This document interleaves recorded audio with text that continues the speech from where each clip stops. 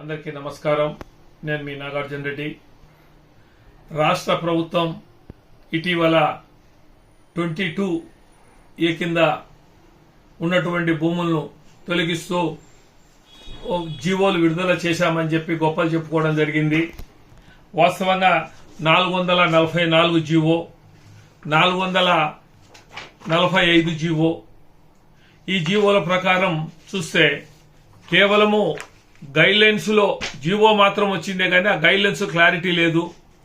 గ్రామ నేతాలు, దేవుని మాన్యాలకు సంబంధించి ఒక క్లారిటీ ఉంది కానీ రిజిస్టర్డ్ భూములు, బ్యాంకుల ద్వారా, సొసైటీల ద్వారా యాలంలో కొన్నటువంటి భూములైతేనేమి, ఇంతకుముందు CCLR లో వాళ్లకు భూములు కేటాయించినటువంటి జడ్జిమెంట్లు వచ్చినటువంటి భూములు కానీ ఇవి ఎక్కడ కూడా మరి ఆచరణలో సాధ్యం కాని పరిస్థితి. ఈరోజు కలెక్టర్ గారి నుంచి తీసేసి RDO వరకు ఇచ్చామని చెప్పడం జరుగుతోంది కానీ ఏ ఒక్క ఫైలు కూడా ఇంతవరకు ముందుకు సాగడం లేదు. రైతుల పరిస్థితి ఏ విధంగా ఉందంటే నిజంగా ఈ రోజు ఆన్లైన్లో లేకపోతే యూరియా ఫాస్ఫేట్ ఇవ్వడంలా, ఆన్లైన్లో లేకపోతే వాళ్లకు సంబంధించినటువంటి రైతులకు సంబంధించి డబ్బులు పడ్డంలా. మరి అదే విధంగా ప్రతి ఒక్క దానికి కూడా ఈ రోజు తన రైతు పిల్లలకు సంబంధించి పిల్లల ఉద్యోగాల కోసం అయితేనే, చదువుల కోసం అయితేనేమి, వాళ్ళ పెళ్లిళ్ల కోసం అయితేనేమి, అనారోగ్యం ఏదన్నా వస్తే వాళ్ళ భూమి అమ్ముకునే దాని పరిస్థితి వస్తే ఎక్కడ కూడా ఎవరు కూడా ఆన్లైన్లో ఎక్కని దానివల్ల అమ్ముకునే పరిస్థితి కనిపించాల. ఇది కొన్ని ఏళ్ల నుంచి జరుగుతూ ఉంది. 2012లో జస్టిస్ సివి నాగార్జున రెడ్డి గారు ఈ 22A కింద సంబంధించి క్లారిటీగా మరి ఆయన ఆర్డర్లు ఇవ్వడం జరిగింది. దాని ప్రకారం ఆయన చెప్పిన దానికి ఇది అందరికీ వర్తిస్తుందని కూడా ఆ జడ్జిమెంట్ లో ఇవ్వడం కూడా జరిగింది. 2012 నుంచి ఇప్పటి వరకు ఆ జడ్జిమెంట్ గురించి మాట్లాడడంలా. మరి ఈ మధ్య రైతులు క్రాప్ లోన్లు తీసుకున్నారు. ఆ క్రాప్ లోన్లకు 1B ఇస్తేనే మళ్ళీ రెన్యువల్ చేసేదానికి టైం అయింది, రెన్యువల్ చేసుకోవాలా, లేకపోతే డబ్బులు కట్టండి అని చెప్పేసి ఈ రైతుల పైన ఒత్తిడి ఎక్కువ పెరిగిపోయింది. కానీ ఏమి చేయలేని నిస్సాయ స్థితిలో రైతులు, అంటే ఇది పార్టీకి సంబంధించింది కాదు, రైతులకు సంబంధించింది మాత్రమే.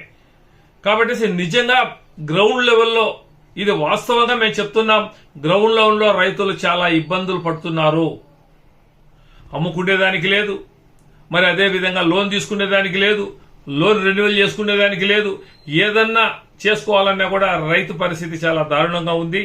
కాబట్టేసి మేము ఒకటే చెప్తున్నాం, అయ్యా రెవెన్యూ మినిస్టర్ గారు మొన్న టీవీలో మాట్లాడుతూ ఉంటే మేము కూడా పూర్తిగా వినడం జరిగింది. విన్న తర్వాతనే జీవోలు తీసుకొచ్చి ఆ జీవోలు కూడా మేము చదవడం కూడా జరిగింది. ఆ జీవోలలో మేము రిజిస్టర్ ఆఫీసులో కానీ తాలూకా ఆఫీసులో కానీ మేము విచారిస్తే వాళ్ళు చెప్పడం నవ్వుతాడన్నా గైడ్ లైన్స్ లేదు, ఇది ఎట్లా అని చెప్పేసి అని. చదువుకున్నటువంటి మాటోళ్ళకే అది అర్థం కాకపోతే మామూలుల పరిస్థితి ఏంటి?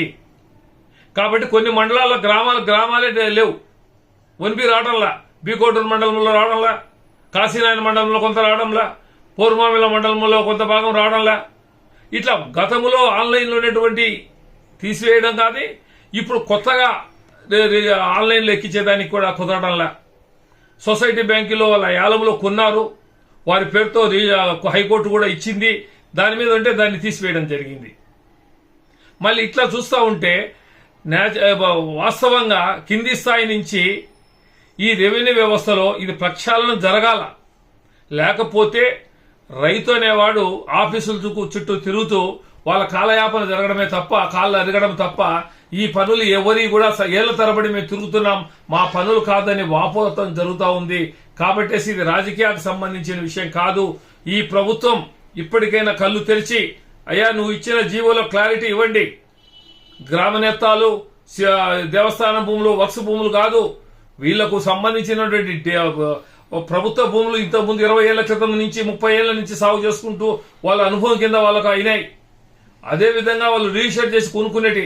అంతకుముందు VROలు ఈ 22 ఎక్కించేటప్పుడు వాళ్ళ ఇష్టానుసారం పట్టా భూములను కూడా 22K కింద చేయడం జరిగింది. చాలా అన్యాయం చేయడం జరిగింది VROలు చాలా మంది, కొంతమంది గ్రామాల్లో. కాబట్టి ఇవన్నీ వాస్తవాలు ప్రజల అధికారుల దృష్టికి, అంటే ప్రభుత్వ దృష్టికి తీసుకుపోయి దీని క్లారిటీ ఇవ్వండి అని రెవెన్యూ మినిస్టర్ గారికి, అలాగే ముఖ్యమంత్రి నారా చంద్రబాబు నాయుడు గారికి మేము విన్నవించుకుంటూ సెలవు తీసుకుంటున్నా. ఇట్లు మీ నాగార్జున రెడ్డి. నమస్తే.